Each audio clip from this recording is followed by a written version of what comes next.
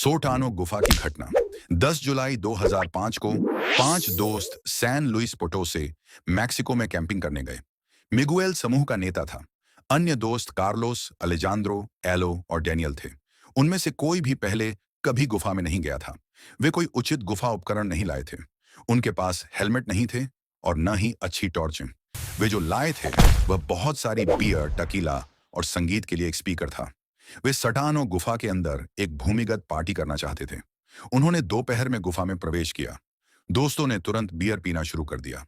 उस रात गुफा के अंदर एक पार्टी थी। 5 दोस्तों ने पार्टी में बहुत अधिक शराब पी। वे गुफा में उससे कहीं अधिक गहराई तक चले गए जितना उन्हें जाना चाहिए था।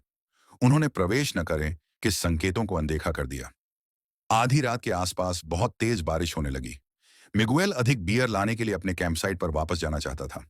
उसके दोस्त चिंतित थे क्योंकि मिगुएल ने बहुत अधिक शराब पी ली थी। अलेजांद्रो ने उसकी मदद करने के लिए मिगुएल के साथ जाने का फैसला किया। मिगुएल आगे चला और अलेजांद्रो उसके पीछे चला। बारिश तेज होती जा रही थी और जमीन बहुत फिसलन भरी थी। मिगुएल भ्रमित हो गया और सुरक्षित रास्ते से हट गया। वह अंधेरे में नहीं देख पा रहा था कि वह कहाँ जा रहा है। मिगुएल को लगा कि उसने आगे ठोस जमीन देखी है। वह आत्मविश्वास से आगे बढ़ा, लेकिन वहां कोई जमीन नहीं थी, केवल एक गहरा छेद था। मिगुएल गड्ढे में गिर गया। मिगुएल गहरे गड्ढे में गिरते ही चिल्लाया। वह 49 फीट नीचे गिरा, फिर एक ढलान पर फिसल गया, फिर 62 फीट और गिर गया। मिगुएल चट्टानों से बहुत जोर से टकराया और तुरंत मर गया। अलेजांद्रो ने पुकारा, लेकिन कोई जवाब नहीं मिला। वह बहुत डर गया और पार्टी में वापस भाग गया। उसने दूसरों को बताया कि क्या हुआ था। कार्लोस ने पुलिस को बुलाया। एलो और डेनियल मिगुएल को खोजने के लिए भागे। बचाव दल बारिश रुकने पर भोर में पहुंचा। चारों दोस्तों ने बचाव दल को दिखाया कि मिगुएल कहां गिरा था। बचाव दल के पास उचित सुरक्षा उपकरण और रस्सियां थीं। वे सुरक्षित रूप से गहरी गुफा में उतरे। नीचे उन्हें मिगुएल का शव मिला। मिगुएल की मौत चट्टानों पर सिर टकराने से हुई थी। बचाव दल मिगुएल के शव को वापस ऊपर ले आया। इस दुर्घटना के बाद अधिकारियों ने चेतावनी संकेत लगाए। उन्होंने गुफाओं में भूमिगत पार्टियों पर प्रतिबंध लगा दिया। वैंकूवर गुफा की घटना। 2010 में 3 हाई स्कूल के छात्रों ने वैंकूवर में एक गुफा का पता लगाने का फैसला किया। उनके नाम एलेक्स, राहेल और जैक थे। उन्होंने गुफा के अंदर एक सुंदर कक्ष के बारे में सुना था जो रोशनी में चमकता था। एलेक्स तीनों में सबसे अनुभवी गुफा खोज करता था। जैक पहले कभी गुफा में नहीं गया था। यह जैक का पहला गुफा खोज साहसिक कार्य था। तीनों दोस्तों ने अपनी हेडलाइटें लगाईं और गुफा में प्रवेश किया।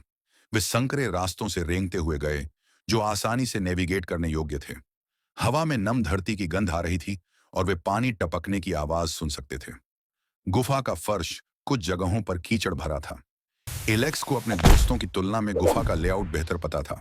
वह आमतौर पर आगे आगे चलता था, जबकि राहेल और जैक उसका अनुसरण करते थे। वे एक संकीर्ण स्थान पर पहुंचने के लिए एक खड़ी ढलान पर चढ़ गए। इस संकीर्ण स्थान को स्क्वीज पेनिट्रेशन कहा जाता था।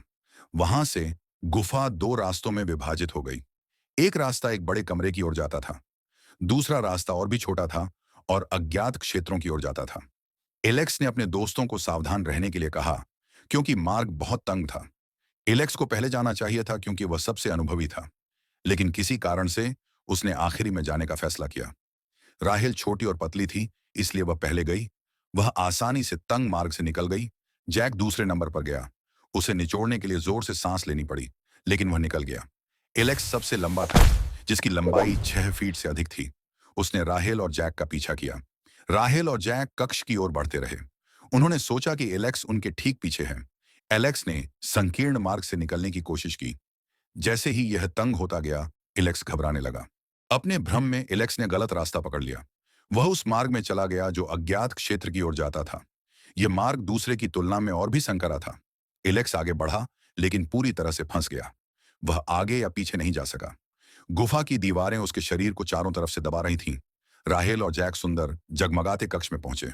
वे जो देख रहे थे उससे वे चकित थे। पहले तो उन्होंने ध्यान नहीं दिया कि एलेक्स गायब है। जब वे जाने के लिए मुड़े तो उन्हें एहसास हुआ कि एलेक्स उनके साथ नहीं है।